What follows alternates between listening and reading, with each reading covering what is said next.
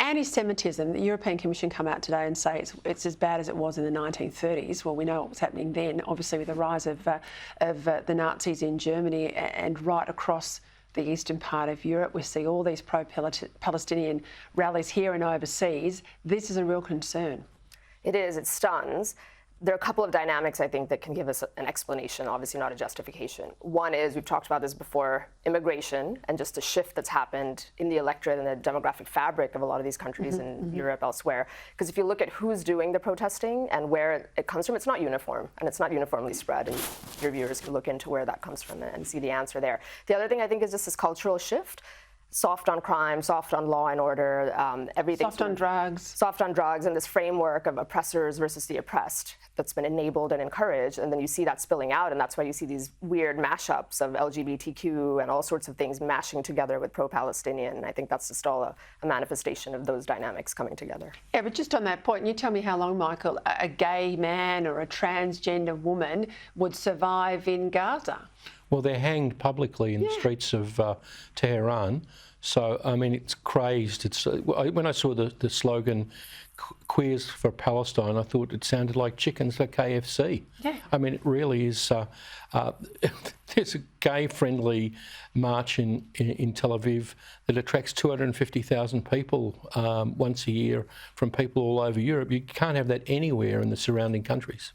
So this anti-Semitism, I mean, you can feel it out there. It's palpable. I saw it in the rallies in London. They weren't just pro-Palestinian rallies. They were hatred rallies. Did you think you would live to see this again in a Western democracy like ours? Just today, Peter, some old bloke selling poppies in London was bashed up by these demonstrators. Another person in Los Angeles was killed. And there's a homicide investigation, again, from these demonstrators hitting him over the head with a megaphone.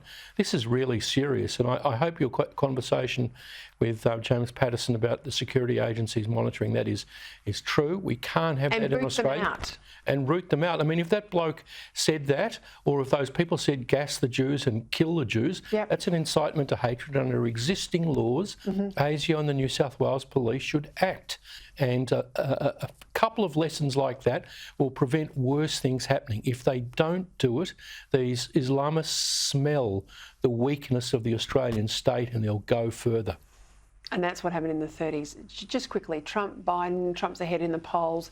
What's going to play out here? Because I've been saying for months and months and months, there's no way Biden can run, right? Not credible, can't do the debates, all of that. But you tell me what's happening.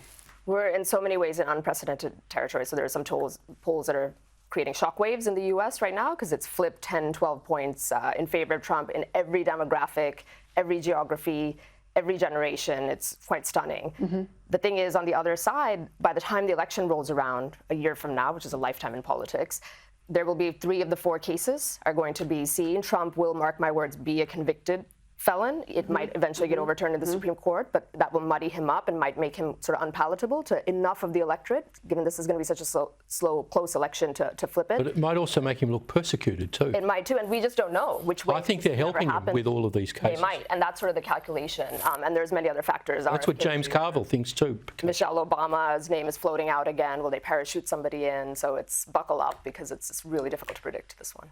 And just quickly, another thing, when I was in London, I was watching, I think it was Dominic Cummings, former close advisor of the Prime Minister Boris Johnson, in the dock on the COVID inquiry. I thought it was startling information. I think it's really good. They're having it in no holes barred. I think it's going to run for almost 3 years, inquiry into COVID. Learn the lessons, get it right. There'll be another pandemic, you know, not make the mistakes they did. We've got a Mickey Mouse thing here that's letting the states off scot-free. Why are we so scared of the truth?